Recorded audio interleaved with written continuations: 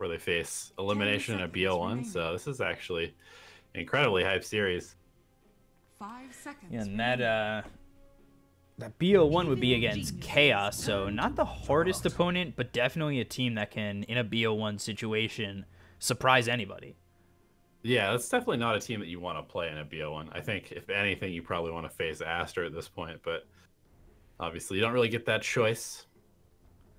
Yeah, it's either that or Virtus Pro, but we'll see what happens in this best of three. You've got Evil Geniuses here picking up the Tusk as well as the Jug, which I am a bit of a fan of. They leave the Grimstroke open for now, and Alliance go to the Nature's Prophet and Earth Spirit. Green logo, green team, and Nature's Prophet, a huge staple of Alliance in the long, long history, but this is, of course, a newer roster for Alliance in the grand scheme of it all. They've been together for about a year now, right? Maybe over. Yeah, these guys have been playing together for quite some time, and they've, I mean, really steadily been building up their team chemistry. It feels like over the last 6 months, they've been performing better and better. And, I mean, both of these heroes are very signature picks for them. Taiga is super well known for his Earth Spirit, and Prophet is one of those really flexible heroes. I think Koikva even runs it sometimes. I've seen Boxy run it, and I mean, hell, sometimes you even see the safe lane Prophet. So really open-ended draft for Alliance so far. Yeah, and the first time I got to see this newer roster was Rivalry Rumble before TI. I believe it was early August, that tournament, but I became a huge fan of Taiga. And, well, really this whole lineup. They have definitely grown, like you said, and I'm excited to see them again. I think they are definitely one of those teams that play a very high-paced game, which is what we saw out of Fnatic, and that was enough to defeat Evil Geniuses 2 games in a row. So I'm interested to see if Alliance are going to pull off the same thing, if they're going to keep that tempo up, seeing that it works against EG, where for them you see a Tusk and a Jug not really known, at least by himself, to be an early aggressive hero. Yeah, Jug pretty much just providing stability. It's a hero that we've actually seen picked and played a lot so far in this major, and I know that there's kind of differing opinions on whether it's actually a good hero or not, but EG seem to be quite comfortable picking it. They've already run it twice, and obviously first twoing it shows that you are very comfortable with the hero. And like you said, the pace that Alliance can set, I mean, if they end up coming out on top of EG, you kind of have to wonder if EG is really just kind of playing Dota too slowly, because it does kind of feel like they're always just on the back foot. It's like bend, don't break, but recently they've been breaking. Yeah, and Fnatic really took advantage of that, and then you've got the Grimstroke here, so you're looking at a lot of initiation, a lot of definitely combinations coming out from Alliance, where you could Inkswell on an Earth Spirit, Rolling Boulder in, and all of a sudden, it turns into, if the Inkswell hits, a lot of lockdown. That could give you a silence that's going to follow that up from Earth Spirit, as well as the slow, and then the Phantom's Embrace that's also a silence. There's a lot here in just the 2 supports for Alliance that can play real fast. Yeah, the only thing that's missing is just that big ability to pair with the Soulbind. But at the same time, you know, like you said, these 2 heroes together, and we'll assume that they'll probably pick up another hero that can pair with the Grimstroke, provides a huge amount of utility in these fights for Alliance. And I mean, the Winter Wyvern, that is not an aggressive hero. That's one of those bend don't break heroes. So EG definitely sticking to their guns. And obviously a very comfortable hero in Fly's hands. Yeah, and it's more sustained for them as well. So if you can keep a hero alive, get the Cold Embrace as well as the Healing Ward, Jug and Winter Wyvern can definitely sustain the team for you, as well as you know, the Tusk too. So if you could get a Snowball, maybe you disorient the heavy pace, the heavy quick pace from Alliance, throw it right back at them, and you know, make them possibly pay for pushing at you early. And they go into the Morphling, which is definitely a little bit of a slower hero, but sometimes you see that with a 1 position where your other 4 heroes are the ones that are meant to move around the map quickly while you farm up, and then you join them come the mid game. Yeah, definitely. And especially with a hero like Prophet, and you've got kind of these 2 roaming kill 10 heroes in seconds Grimstroke, Earth remaining. Spirit, and then the Prophet who can rotate from any lane. And 5 that should seconds buy remaining. Morphling a lot of space. And to be honest, the Adaptive Strike, it's an okay pairing with Grimstroke. It could be a huge amount of damage. But it's also a hero that we do see Alliance pick up a lot. So definitely going Comfort here in this first game of the series. And I gotta say, man, this Winter Wyvern, like you said, they do have 2 slows. They've got the Snowball from Tusk, and they have the Cold Embrace. But so far, Wyvern's Embrace is not blocking a whole lot from the side of Alliance. They're pretty Dire magic team heavy. ban. Now they go into the Tiny, which is a little bit of a quicker hero here from EG. We'll see if that's going to be in the offlane or if they put that on Sumail over mid. It should be Arteezy back on the Jug, which he did play in the first game against Fnatic, I believe, because he went Phantom Assassin in the second game, and obviously both times they 10 lost. seconds But remaining.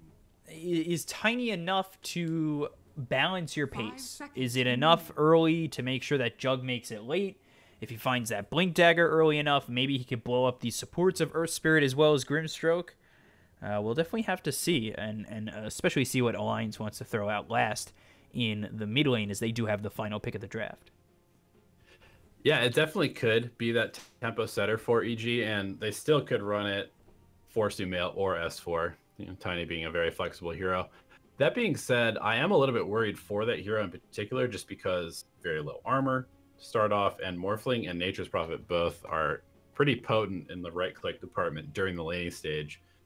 So Tiny needs to have a good game, and he already could potentially be facing 2 really bad laning matchups. Last ban of the Turn to OD. ban. Definitely a hero that can sustain with the Tiny in the mid game and then start really throwing it back at Alliance. So really do like that ban. And they're expecting that Tiny to be in the hands of S4, which I'm not surprised about. I think that's definitely more S4's hero than Sumail. Yeah, and you generally never pick Sumail's hero in that spot, 10 but seconds remaining. sometimes they want to leave it open-ended. Evil geniuses turn to Dire pick. team They pick. ban the Viper, and that puts him into a Shadow Fiend, which is good damage and a really good mid in my eyes. I think with the the setup, you could definitely go Winter's Curse into an ulti from Shadow Fiend. Yeah, definitely. And it's actually been a while since I saw Sumail play this hero, but he was definitely one of 10 those people that was seconds remaining. really pushing that Yule Scepter kind of caster 5 roaming seconds build, remaining. where you just fly around the map with max movement speed, blinking on people and blowing them up with Yule Scepter into Requiem. It's also a hero that can get off to a good start in most lanes. Needs to be a little careful of the Earth Spirit roaming and obviously the Prophet TPing in behind. He is pretty susceptible to that in the mid lane, but You may now he does select provide your a lot heroes. of what EG needs, I feel like. The only thing I see is maybe their lack of catch. And they've got Avalanche, they've got Toss, Winter's Curse, Shards, Snowball, kind of. But that definitely gives an opportunity here to someone like Timbersaw, who's going to be played by Boxy, to really, really go off this game, as well as Morphling. They don't really have a lot of catch for one, let alone 2 of these heroes that thrive without catch. Yeah, that's true. I do think that we probably will see Sumail go that sort of like ganking build. And in that sense, if he does have the Blink Yules, that is a pretty easy catch on a hero like Morphling, who can't really respond to it. It's also pretty good 10 against seconds Timbersaw. remaining. You can catch him before he has stacks, and even if he has stacks, it doesn't really matter.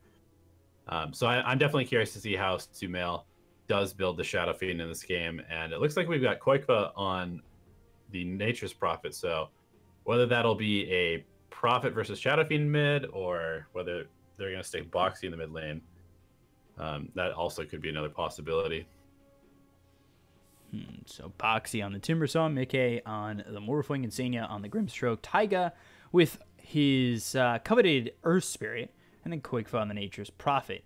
E.g., Sumail on the Shadow Fiend, S4 and the Tiny Fly with the Winter Wyvern, and Arteezy with the Jug, back on it, and then Crit with the Tusk. At least, maybe this wasn't as fast of a pace as I thought they were going to do from Alliance, so that could be a breath of fresh air for EG. And I almost look at their lineup. They might look to be aggressive early with the Shadow Fiend. Tiny get like an Arctic Burn out there. Tusk comes out. Tag team early is effective. So maybe EG rebounding into a different kind of lineup. Yeah, definitely. And Jug is one of those heroes that can sort of be that slower pace, Battle Fury, farm up, late game hero, or he can be, you know, up tempo as well with the healing ward, pushing towers early, and kind of grouping up his 5 with his team. Prepare for battle. So game 1 here between EG and Alliance. Winner goes on to face Virtus Pro, and the loser in a best of 1 against Chaos. If you're just joining us and don't know the circumstance for both these teams, and Alliance are coming out of a series where, you know, they beat Aster after losing to Fnatic, and they got a 2-0 victory, so they're coming off a victory 2-0, and EG are coming off a defeat 2-0 from Fnatic, who didn't drop a game. Fnatic looked real clean throughout the group stage, but now it's on to whether or not that 2-0 affected EG in a way where Alliance could take advantage and find themselves in the upper bracket. Yeah, I think this is actually a really important series for EG, just because they haven't really been playing a whole lot recently, and I think even the most recent tournament they did play was with CCNC as the stand-in, so it could be that they really need to kind of play some warm-up games and really get back into the swing of things. It's definitely hard to come back in full form after a stand-in, but you know, you had a lot of time. You get to this point, and we'll see what they're able to do. I do like the chances here for, well, really both sides, but I'm favoring Alliance a little bit. I've seen this Grimstroke, especially with the Earth Spirit of Taiga. To see them work in tandem could be devastating to EG early. And if you lose the early game on EG, I think maybe we see ourselves in a spot where Timber Saw and Morphling just go ham. Yeah, it's definitely possible. I think that these first, honestly, even just the first few creep waves with Sumail on the Shadow Fiend, because Nature's Prophet has a massive, oh, he goes raise level 1 just to shove out the wave. Yeah, I was gonna say it's very hard for Shadow Fiend to last it against.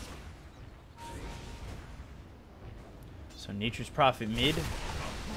Saw it earlier today in the offlane, but ooh, Tiny in a lot of trouble. S4, Mickey gets first blood, and that's with Fly nearby, but he's gotten level 1 to the Splinter Blast. That actually hits and gets the kill on the Morphling. So I don't know if he was exactly expecting that trade, but Fly doing a really good job of at least getting one back for EG after Mickey got first blood. Stay away from me, Cowlin.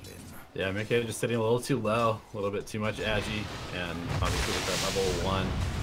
And they're trying for it again. Shift pretty slow. They want the Ink Swell, they want the Rolling Boulder out, and now they look over at Fly. The Splinter Blast is going to bounce back over to Insania, but the body blocks are coming in. Fly in a lot of trouble as he's trying to get away. Taiga has the Rolling Boulder and missing it once more, but starting to isolate Fly. Nobody else goes with him as they still want to support Mickey here in the top lane and don't want to let S4 ring a couple shots into his ear. Yeah, this is a super dangerous lane for EG if they're ever even remotely out of position. No, just look at the pressure they're putting on. Whew.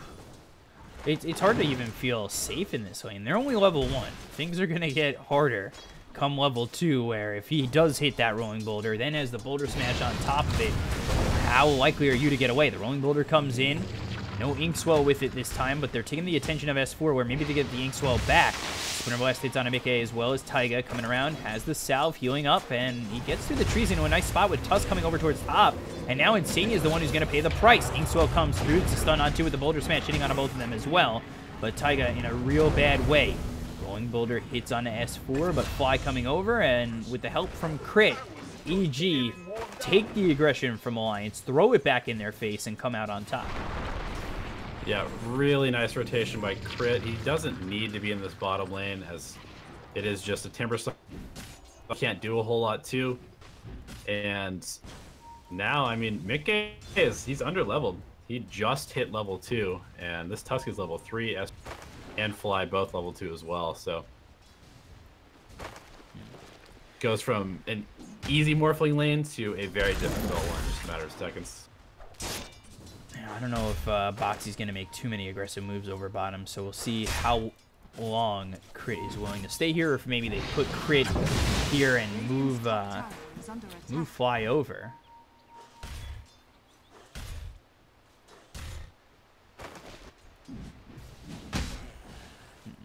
I really like how Sumail is playing this mid lane. He's just constantly shoving the wave into Quakefa's face, not allowing him to use the treants for anything other than just to tank the creeps under the tower. Super smart play.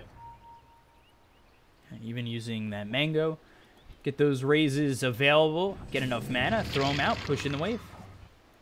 We'll see how this ends up going. He's sitting at 24 and 3 to the 16 and 7 of Quakefa, who is getting closer to that level 5. They're both just about there. Meanwhile, top again.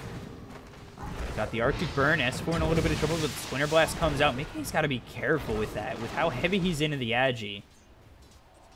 A Splinter Blast Avalanche toss could maybe deal enough damage.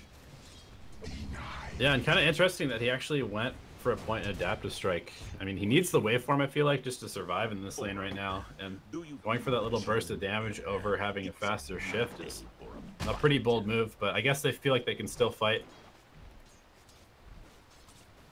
So Crit and Fly, if they can get... they've got level 2 on tag team. I'd like to see maybe Shards come out, because then you've got the Snowball Shards to lock him in with the tag team. And that with S4, with how hard he hits already, especially with a tree in his hands, you know, it can really be devastating to Alliance. And we've seen them kind of pull off the pressure. They are not looking to roll in anymore. Yeah, definitely. It really shut down the aggression from Alliance. At the same time, the Ice Shards don't bother morphling all that much. Earth Spirit can also roll out, so I'm not too surprised that Crit's focusing on... Ooh, and they give Sumail the bounty for that bottle refill. He's feeling really nice. 31 and 4. Tiger's gonna spot him, but what do you really do? There's nothing that the Nature's Prophet can do at the moment. He's sitting level 5, getting close to level 6. Sumail falls behind a picogram of XP behind Quakefa for a moment. Going to get those 2 bounty runes really didn't affect him at all. Tiger looking to set up, but Sumail reads it, feels like. Rolling Boulder. Again, Taiga just off the mark on these rolling boulders. This is very uncharacteristic of him on this Earth Sphere. He's usually very clean. Yeah, and this hero, he thrives when he's getting kills in the early game, but he can definitely fall off. So, needs to kind of step it up here, because, like you said, it does feel like, well, Alliance has this Morphling, which is a slower hero, and the rest of their team is geared for aggression. Senya now, he'll be in a lot of trouble. Inkswell on top of him, but it's not going to matter. They already lose him. The Boulder Smash comes out on a Crit. They've got the Adaptive Strike, but the Snowball staying alive. Arteezy actually dropped off screen, and now Crit. Waveform forward, a couple more shots, but Mickey just can't find him, and now the Avalanche comes in. Taiga really looking to play this aggressive to make sure they find a kill, but the Rolling Boulder, and then what? You have a Mango, 8 charges on your stick, but can't play that any more aggressive than that spot right there. It is. Yeah, I think that both teams really kind of just like testing the waters right now. Doesn't feel like anyone's really ready to commit to a full-on play, but they do bring S4 to the mid lane, which is kind of an interesting move as they smoke Arteezy Crit behind, and Sumail just goes to the jungle. I don't think Quake was going to be expecting this move. You've got 2 heroes ready to go, Arteezy and Crit that can snowball in. Quakefa playing it really far back. They see the treants come over. Smoke almost about to run out.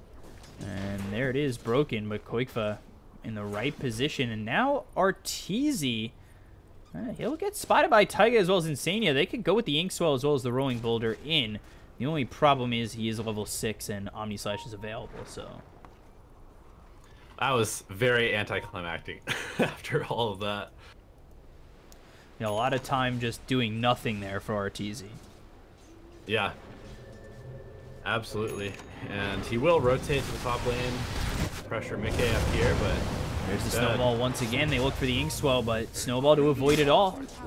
And again, off the mark. Alliance, they definitely have opportunities to get kills, but it's EG playing them really well. And now over bottom, Boxy just goes in and gets a kill. Sumail, you might want to be a little bit careful here, as you don't have any catch to stop Boxy if you were to get aggressive, but not too much mana. He can't really play with you too much. And now over towards the top lane, Blade Fury used by Arteezy just to get away. He's also got that healing where Mickey drops a little bit low, but it's just the kill over bottom on to the Winter Wyvern. Yeah, we do see Sumail picking up the Arcane Boots, so probably going for that Guardian Greaves build that has started to become popular in Shadow Fiend. Really looking for that early push timing, it seems like, with all the sustain coming out from the Wyvern and the Juggernaut healing ward.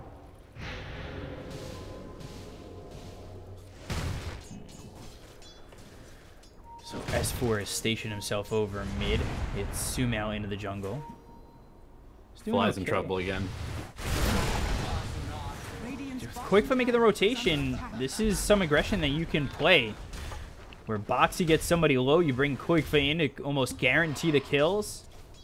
It's going to be very hard come, I would say, the mid-game for Alliance when they start feeling confident about their movements. Yeah, Quickfoot queuing up the Vlads. Nice boulder smash. Auras. Sending S4 back to the high ground, but he runs away, gets the avalanche out. Sumail coming over, the Inkswell on top of Boxy, but they got the kill beforehand. Now the snowball all the way over to Insania. It actually doesn't pull over Sumail, who's been hit with the Phantom Embrace to silence him up. Timber Chain over. There's just no real way to catch Boxy. Yeah, this Timber Saw could end up being a very huge problem. Boxy is already level 8, and S4, his counterpart in the offlane, only level 5.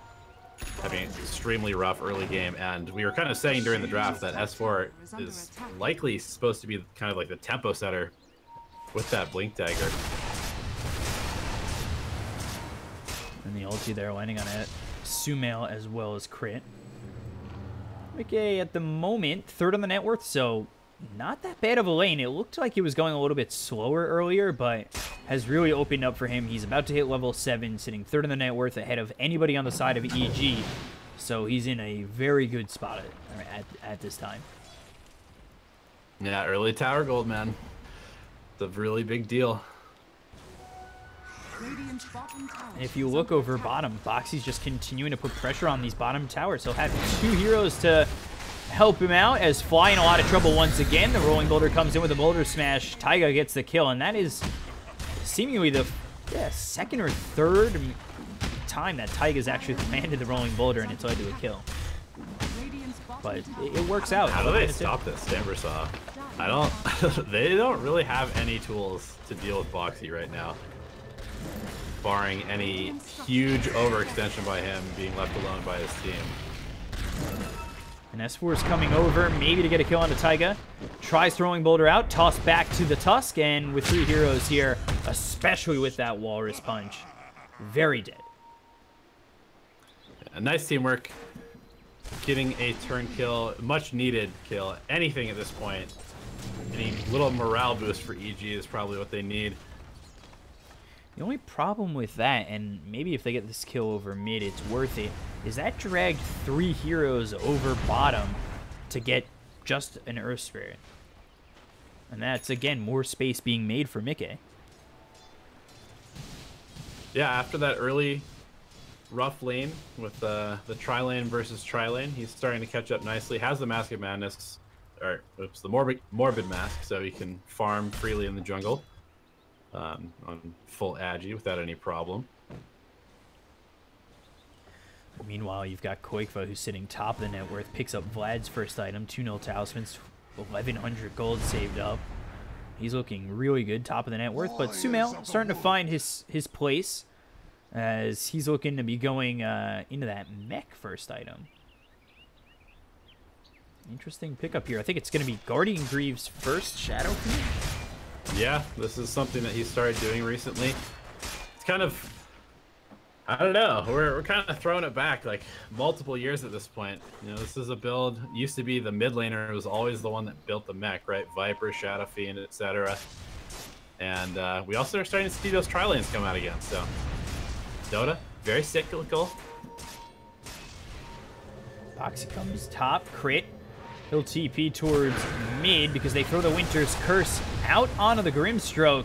They've got the toss, they've got the raises, they'll get the kill, but again, it's forcing many rotations over to just get a support. Mickey taking a lot more damage than maybe he's comfortable with that Blade Fury right on top of him. But still, it drags heroes, 4 heroes mid, Jug by himself, and it's just for a support. Meanwhile, Boxy just continuing to farm away, as is Mickey. And then, of course, Koigfa, who's now going into this Crimson Guard. He's finding quite a bit of farm, too. Yeah, and meanwhile, Taigo's able to shove the creep wave into the bottom tier 2 and finish off that tower. So EG does need to pay very close attention to this bottom lane, as there is a profit. And if Alliance they want to start chipping away at the tier 3 tower, EG still really doesn't have any tools to deal with that.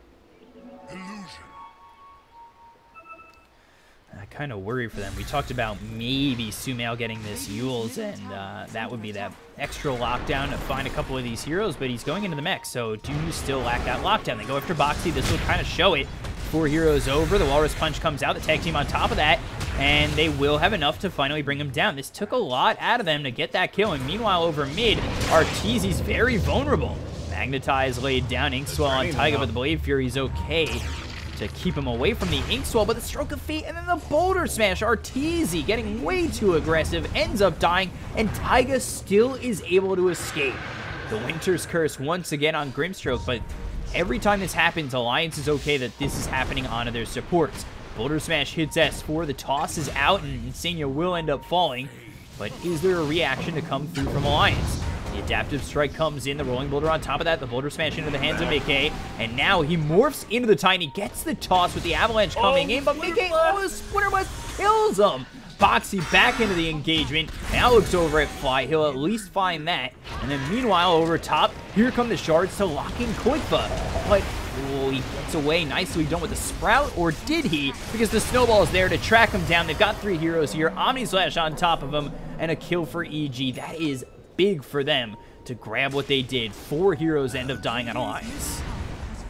Yeah, absolutely. It was really feeling like Alliance was just pulling EG back and forth across the map, but with those big kills on Koigfa and the Morphling, absolutely worth it, and EG probably feeling much more comfortable with the state of this game. That brings the net worth down to about even, and it does push Sumail closer and closer to these Guardian Greaves, as well as S4. He's got this Blink Dagger, and then Arteezy, he goes Yasha first, needs a lot of open space for this Battle Fury next. Boxy, yeah, I don't know if that was the move. Coming in, Walrus Punch. They've got themselves the Rolling Boulder as well as the Magnetize on 3 of these heroes. The Geomagnetic Grip hits on 3. So now they're all silenced. The Magnetize reapplied. Boxy not dead. And, well, they've got nobody else here to really go back in. No more Magnetize, no problem. Everybody at full HP. This tower's going down. And the sustain starting to show for EG. Oh, TP. Right next to Insania, and the toss is through, but the Phantom's Embrace as well as the Inkswell. S4 will be unable to get that kill into the Grimstroke. So, Morphling going Sanjin Yasha. He had picked up that Morbid Mask. Boxy's now picked up a Yules. And it is Sumail. Just 20 gold, and there it is. He'll have the Guardian Greaves. So EG, they've brought it close. They still have a bit to go before it looks like a game in their favor, though. Yeah, and one interesting thing to note is that while Koigfa is the top net worth, a lot of that gold is just kind of going into support items, right? He's going Vlad's, and now is the Crimson Guard just about finished up. So it's not like it's 8,000 net worth of damage. It's really just kind of support items. It's like the most farm support in the game is Koigfa at this point. So they get the Yules. That comes out in a crit. Walrus Punch stops him from Timber Chaining away. They've also got Arteezy here. But again, it's just these stymied attempts. As Alliance, they just kind of poke and prod him. They are looking over mid. EG. Blink, Avalanche, Toss, Mickey. Razors won't be enough. And it's both teams just kind of doing that. Do a lot of damage, back away. Do a lot of damage, and then back away again. Nobody really committing all too much, but they might have found Fly, but Crit, he's got the snowball to turn this around. With the Walrus Punch coming in, the Soulbind comes out, but for what? Look over at Koikfa and Boxy coming over. This could be a problem for EG if they commit too hard. Koikfa comes in with a two-man sprout. Winter's Curse locks him in place. Crit, S4, both need to back up. They're in the trees, a place that Boxy, or, well, Timbersaw hates. And Crit now needing to run away from this Timbersaw, but it's 3-on-1. Koikfa comes back in. Taiga also here. Sumail coming over. He's invis. They've got the toss. Avalanche comes out. The Razors are there. Nice geomagnetic grip coming in from Taiga to silence up 3. They've got the Whirling Death as well as the Timber Chain Chakram coming out. And now Sumail and Crit are both gone. Magnetize on both these heroes. S4 trying to run away with Fly. Now into the trees.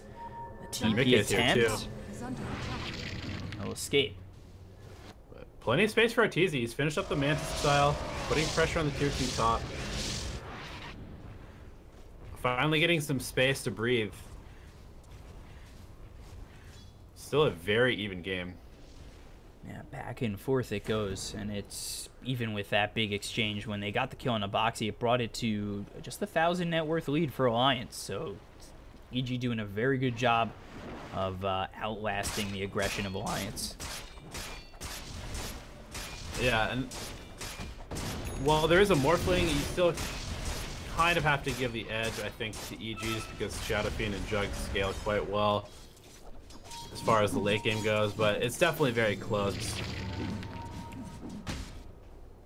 Dota Plus right there with you. A little bit of an edge for the side of EG.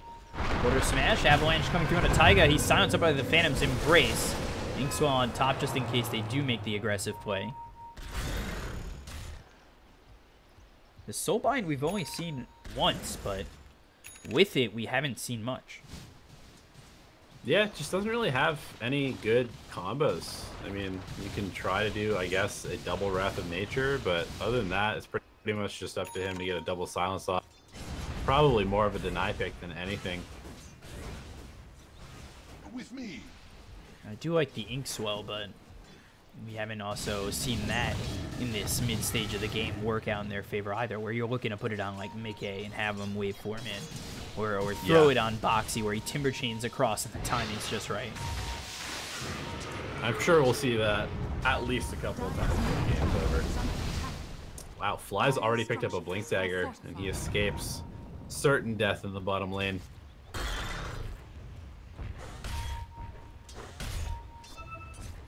12-10, 1,000 net worth lead for Alliance. You've got the Euls for Boxy at the moment. It's going into the Holy Locket. Not an item you see all too often.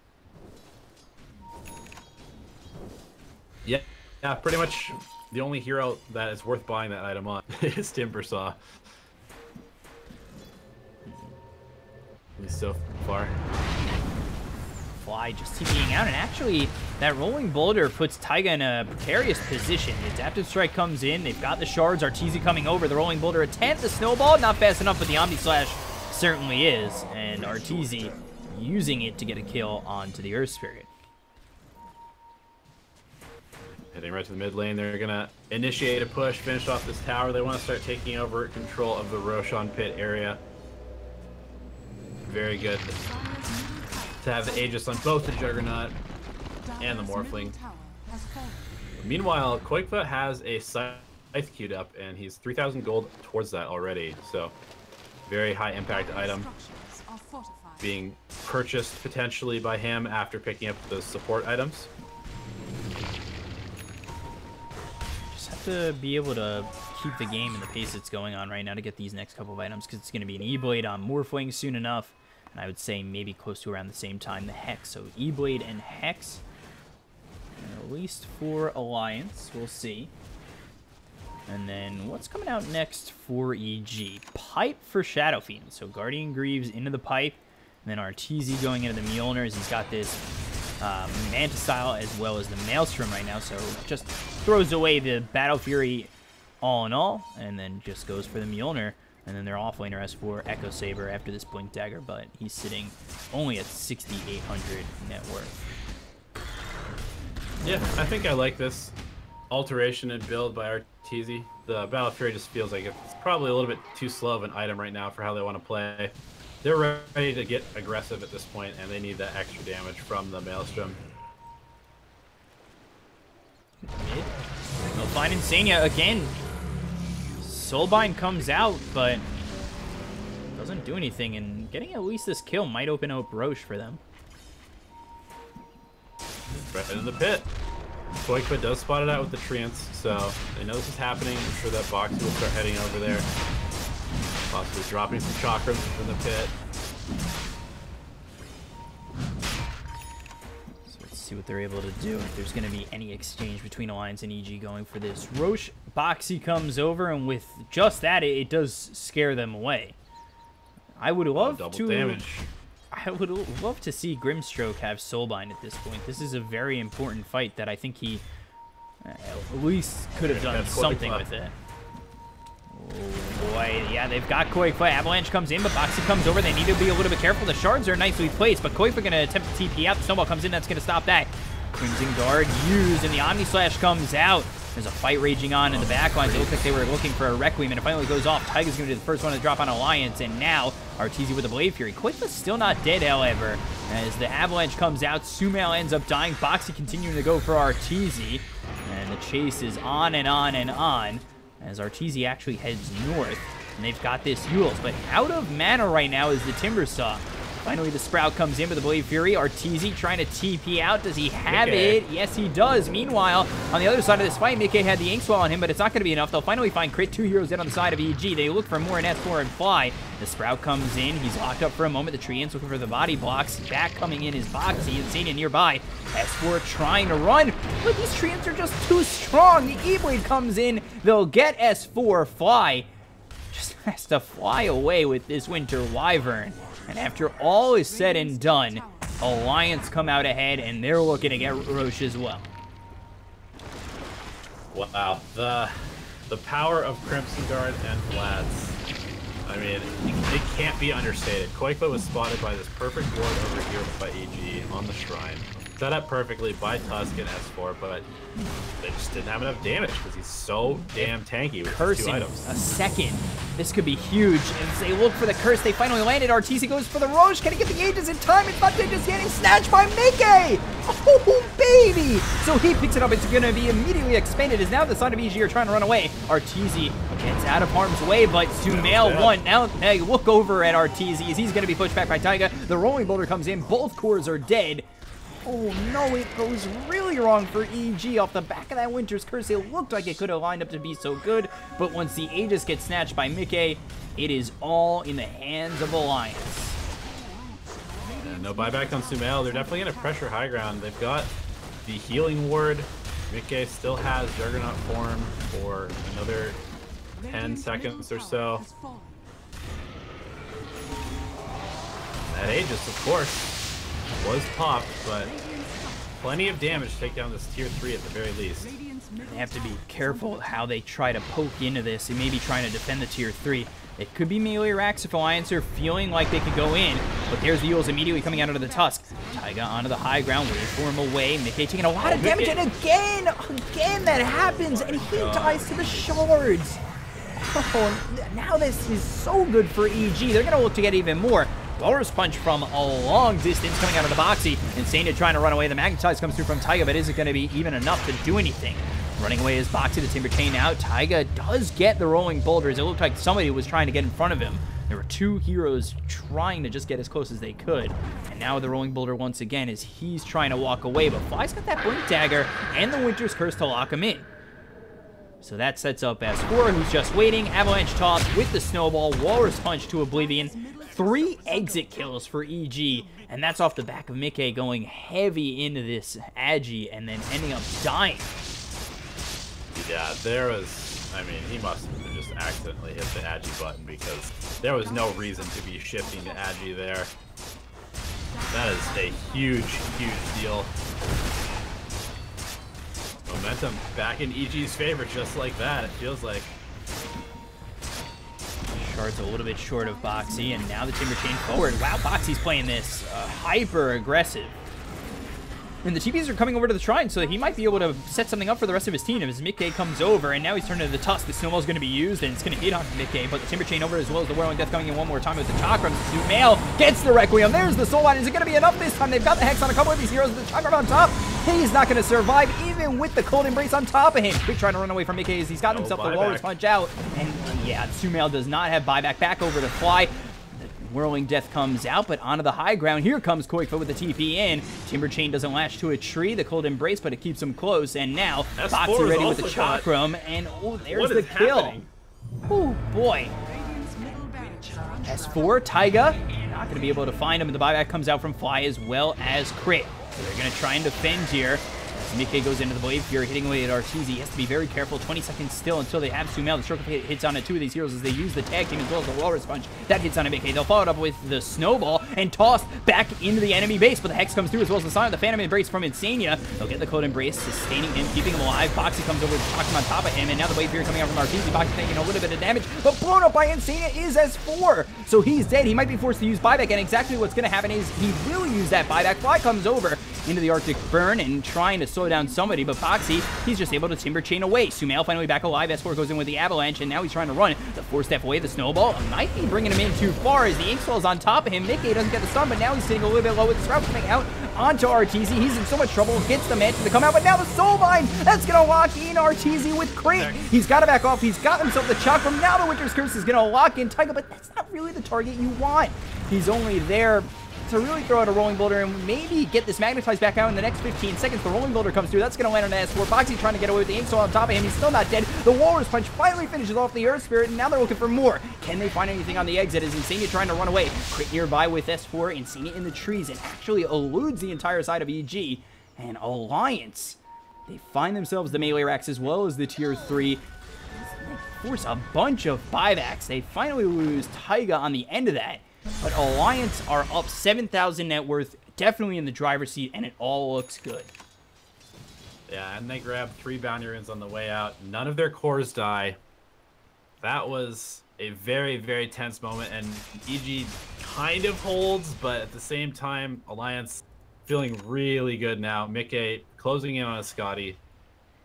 Going to be just that more tanky, and Koikfa finishes up a full Shadow Blade, so he's going to be able to get himself into position for these double hexes off the Soul Blind, and there's that interaction that we were hoping for with that particular spell. Ooh, Mickey's got double damage. S4, that is not the way you want to go. But yeah, that's the interaction we were waiting for. We talked about it early, how there wasn't much interaction with the Soul Bind, but the Hex is definitely, non-ability-wise, one of the best. Radiant's bottom shrine. Yeah, absolutely. And I mean, the effect of it is that Arteezy is now queuing up a Lincoln Sphere, really fearing that Hex. Radiant's bottom shrine. So putting the pressure on EG, Sumail queues up a BKB, definitely needed. He kind of is the frontliner for their team. EG getting together. Is there a smoke on anybody? No. But Roche, 2 minutes at minimum. We'll see. Bloodstone here for the Timbersaw, and Scotty coming out for Mickey. So they are on those next items, and after that last fight, it looked pretty strong. But it will, in fact, be a 5-man smoke coming out from EG. So let's see what they're able to do as they wrap around towards mid. Dire Scan. Oh, they did go to the high ground, and that's going to be marked out. Mickey comes over. He's going to turn to the Jug. They've got themselves the ulti coming out from the Nature's Prophet. Arteezy into the Blade Fury. Now the TP over from Mickey. They've got the Soul Bind. It finally latches on a crit, so they'll have the Hex on 2 of these heroes. They've taken out Fly. They've got the Phantom Embrace, which is going to silence up both of them. The Mantis Style finally comes out to purge that silence. The Magnetize on a couple of these heroes. Sumail. Requiem. No, he's got the Rolling Boulder, so he wasn't able to get it off in time. And meanwhile, the Walrus Punch comes out. That's going to get the kill on Insania. And Sumail in a lot of trouble as Koikfa as well as Taiga hit away at him. He's silenced up once again. The Rolling Boulder comes in. They'll get the kill. It's going to be 4 dead on the side of EG. And just getting away is Crit. How do they defend? No buyback on 3 heroes. Man, Arteezy just got focused down by the Morphling. Couldn't get away from the Scotty. He was just all by himself. The Hex came out on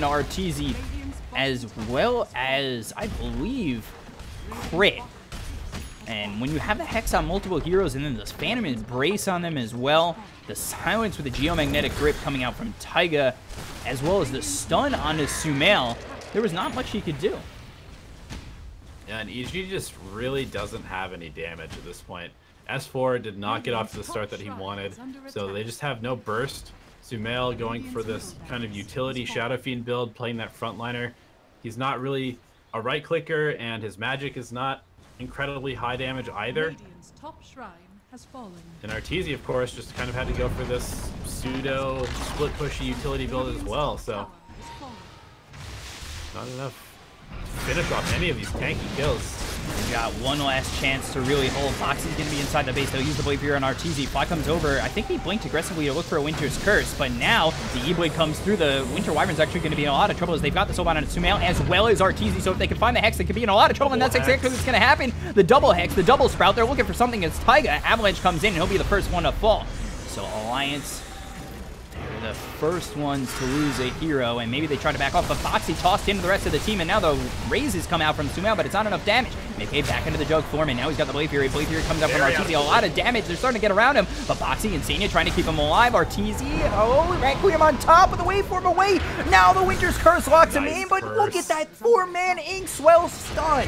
Insania gets low. He finally ends up falling. They'll take out Mickey. That's going to be 3 heroes dead on the side of Alliance, and now they've got the toss that's going to lock up Foxy. He Timber Chains away, trying to get out of here. S4 and Crit continuing to roll on forward with the Snowball. They'll get the kill. 4 heroes dead on the side of Alliance, and EG, they hold theoretically, as they still have a tier 3 over top as well as a set of racks, but this is Alliance still ahead by 10,000 net worth. If they can force the buybacks on Alliance with what EG can pressure with, maybe this game gets pulled back to even, as they don't have the option to go for Roche right now. The double damage is picked up. Wow, what an overextension by Alliance. Taiga was just completely alone. They didn't even take this tier 3 tower. EG's back? Question mark? That's what Grant's saying. But we'll see if they're able to hold out 10,000 net worth deficit. They've got 1 tier 3 remaining, 1 set of racks remaining, 1 lost fight, and that could just be it. But they're the ones who have the advantage going into next Roche. Everybody will be up, so it's going to be a banger. Yeah, and all those buybacks will be back off of cooldown. We could very well see a massive fight over this Roshan. They're waiting for it. Crit's just stationed here. He's parked. Doesn't want to move. Doesn't want to make sure that if he doesn't want Alliance to have a moment to come in here. I think they do take it relatively quick to go for Roche. As Crit don't leave the pit just yet. 10 more seconds.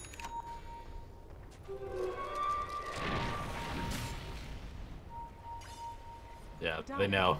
They have it timed out. They're just sitting here waiting.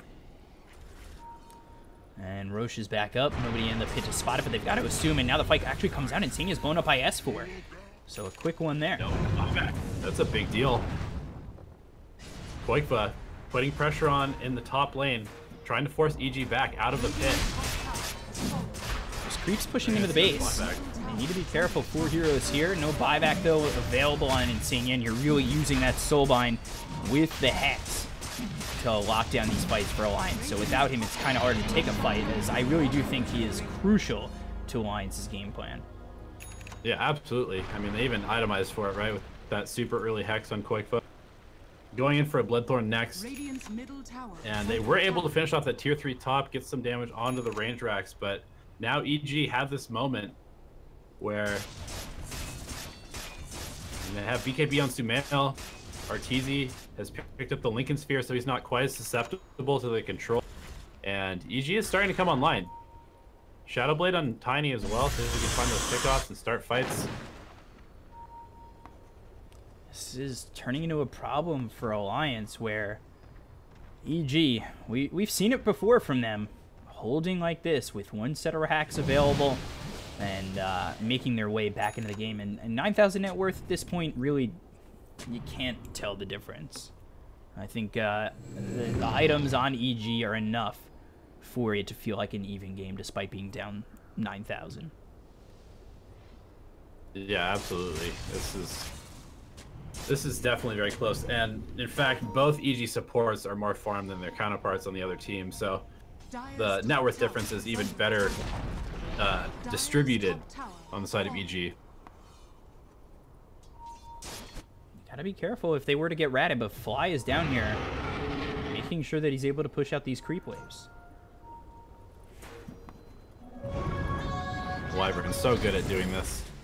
Splinter Blast, just constantly Alliance. keeping these waves away. They're on the high ground. Boxy comes over. Arteezy, S4, and Crit are all here. And Alliance were close enough to maybe look for a fight, but S4, he's the one who's got the Shadow Blade as well as the Blink. They lose the vision. Arteezy and Crit still close by. They've also got the reinforcements coming from the Winter Wyvern as well as Sumail on that SF. So let's see. It's definitely one of those. showing in the bottom lane, so EG knows that if they see a fight, they can go for it. Possibly not letting take a fight on the shrine. Okay, he is the Tiny right now, and now the Timber Chain's going to come across the bow of Arteezy. They've also got the Avalanche as well as the toss coming out into Sumail. Is going to pop that BKB and get the Requiem off. That's going to hit on the Boxy as well as Tiger, but they get the kill on a Fly, and now they've got the Soulbind that's going to land on the 2. Blade Fury coming out from Arteezy, but the Snowball is there to get the save, and now they've got the Avalanche toss on the sidelines as Insania. He's going to be the first one to die on the side of Alliance. They also lose Tiger. They pop the Aegis now. Crit needs to be careful. Back alive is Arteezy, and the Timber Chain doesn't actually connect to anything, but they get the kill on a Crit anyway. Nikkei looks over at S4 as the Avalanche comes in with the toss over to Koifa, gets him away from this Tiny, but they'll kill off Arteezy once again, who doesn't have buyback. He's dead for 83 seconds. Back over to Sumail, who's running away from Boxy. The Chakrama on top. They've got the Hex. The E-Blade comes through, and they will get another. Thank you, sir. One more, please. And Nikkei with the double kill. Yeah, just like that, Alliance seizes control of the game again. Very awkward. Fly was heading back to the base to defend, and Koikfo was able to pick him off by EG's shrine in the top. And so he wasn't even at the fight. There was no save, there was no Splinter Blast, and there was, most importantly, no Winner's Curse. So now no 2 or 3 top, and they actually find S4. And it's Boxy who gets the kill. They find S4 very far away from home. Definitely an aggressive spot, and a spot that if you're out that far, you need to be expecting that somebody's coming over. Yeah, just trying to grab those bounties, keep the waves out as far as possible. He does have buyback, so it's not the biggest deal, but we're about to see a full Satanic picked up by Mickey, and this Morphling is getting pretty stacked. Yeah, E-Blade Scotty soon out of the Satanic. He's also got the SNY, but still holding on to a 1, so there is something that he could replace if this game goes a little bit longer. 41 minutes in. They'll go for the last set of racks. The buyback comes out from S4. Let's see what they're able to do. Boxy. They try to stay up towards the front as S4 blinks in. He's also got the Avalanche that's going to hit on a Mickey. Boxy comes across with the Timber Chain. There's the Soulbind laying on a 2 of these heroes. It's going to be Crit as well as Arteezy, but now they look over as they'll take out Fly, so they no longer have themselves the Winter's Curse. The Sun's going to land onto a couple with the Magnetize on top of that, but the Requiem comes through. The Yule's going to be used by Boxy, keeping himself alive, and now Sumail with the BKB. He's doing a lot of damage, but not really focusing on the right heroes as they're able to just escape for Alliance. So back in they go. They reapply the Magnetize. S4 getting a little bit low. No more BKB for Sumail. They'll take it to Satirax. The Snowball comes out on a Mickey, but he'll turn it into, or actually I think it was the Lotus Orb that got the Snowball to come on back. Yeah. So yeah, Crit ends up dying. The Omni Slash comes out. It's going to be Mega Creeps to the side of Alliance, and now the bounces aren't enough to get anybody dead on the side of Alliance as they continue to just siege his base. The Timber Chain across, Arteezy into the Blade Fury, and now Avalanche. Could they get at least 1? They finally find Tiger, but the E-Blade hits onto the S4 Tiny, and he's dead for 104 seconds, so it's just Sumail, it's just Arteezy. What are they able to do as the Silence as well as the Hex comes out on the Juggernaut, and Boxy continues to move on forward. Koifa, he is looking with Mickey here, who goes back into the spin. Arteezy falls, he's going to be dead. He'll buy back. Mickey comes over to the Inkswell on top of Sumail, and no buyback for him. Dead for 2 minutes. They'll call GG. Alliance take game 1 over EG in this decider best of 3. That was a roller coaster, B-Cup. Yeah, for a second it looked like EG could do it and pull it back, but Alliance, they settled out and they made sure that they took the right fights, and that's ultimately what won them the game, was those last couple of fights where they didn't find themselves going in too far, because they were getting punished a lot going in too far on the base. Yeah, they were feeling themselves a little bit too much with that initial gold lead, taking that first set of racks, and ultimately they realized that EG just didn't have enough damage to deal with their heroes if they were as 5 playing together, and just too much of a gold deficit to overcome at the end. Yeah, it was about 10,000. The game did feel relatively even at that point, but it's, again, those next items like that Hex and the Scotty, the Bloodstone, that just started to overwhelm EG.